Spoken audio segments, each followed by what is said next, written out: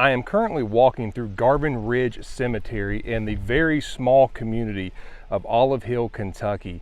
Again, we are here to visit a murder victim, and this is a case of murder-suicide. The husband actually killed the wife. It was said that there was jealousy issues. I even found a newspaper article from this area that called this one of the biggest tragedies that this town had ever seen.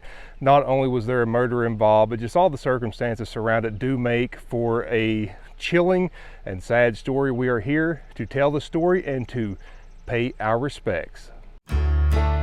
Forgotten by time, lives ended by the hand of someone else in cold blood.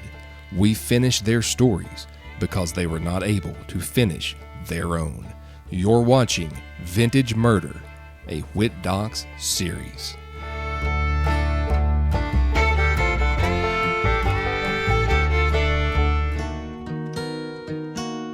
Olive Hill, Kentucky. Barely a dot on the map today. However, 100 years ago, a large brickyard called Harbison Walker Refractories had a plant in this small little town, and several members of that community had jobs there. At the time, there wasn't a lot of other good-paying jobs to be had, so this provided a great opportunity for those in the area to have steady and gainful employment. One of those men, Orville Wilson. Orville was born somewhere around 1887, and we know that by 1910 he was married to his wife, Callie Dyer Wilson. I could find no records that would show any discontent in the relationship, and also no records that would have shown any lawlessness from Orville. However, that all changed on March 13th, 1918.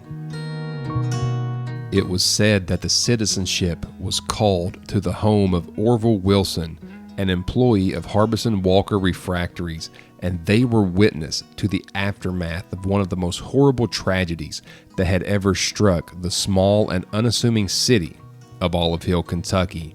The trouble began over jealousy. No records are available to indicate what the trouble was or what started it, but jealousy was the root cause. On the morning of the tragedy, the Wilsons, Orville, and his wife, Callie, were arguing in their yard, and the arguments continued upon the entry of the house. We don't know what happened once they were in the house, but we do know that things got extremely out of hand. Orville Wilson, enraged and jealous, reached for a gun. It was then that he did the almost unthinkable. He took aim and mercilessly shot his wife in the head and in the back. In the house at the time was Callie's mother.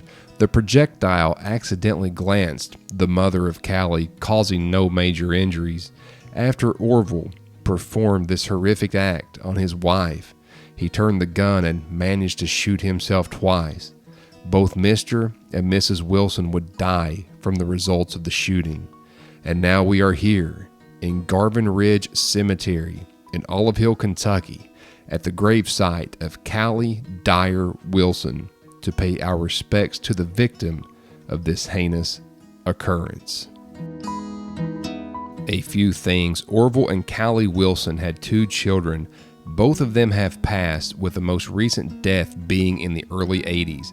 They are both buried in this cemetery. I could not find the burial location of Orville. It may very well be here in an unmarked grave. There are some incorrect records stating that he was buried in St. Louis, but this is definitely incorrect. The papers at the time stated that the children of the couple were called to the crime scene so horribly, they probably witnessed some of the aftermath. Terribly sad story in a small town. I've been surprised at just how much senseless tragedy can be found in these small Appalachian, these small Kentucky towns. Of course, we will keep bringing you the obscure history and cemetery visits in our series, Vintage Murder. Forgotten by time, lives ended by the hand of someone else in cold blood. We finish their stories because they were not able to finish their own. You're watching Vintage Murder, a Whittdocs series.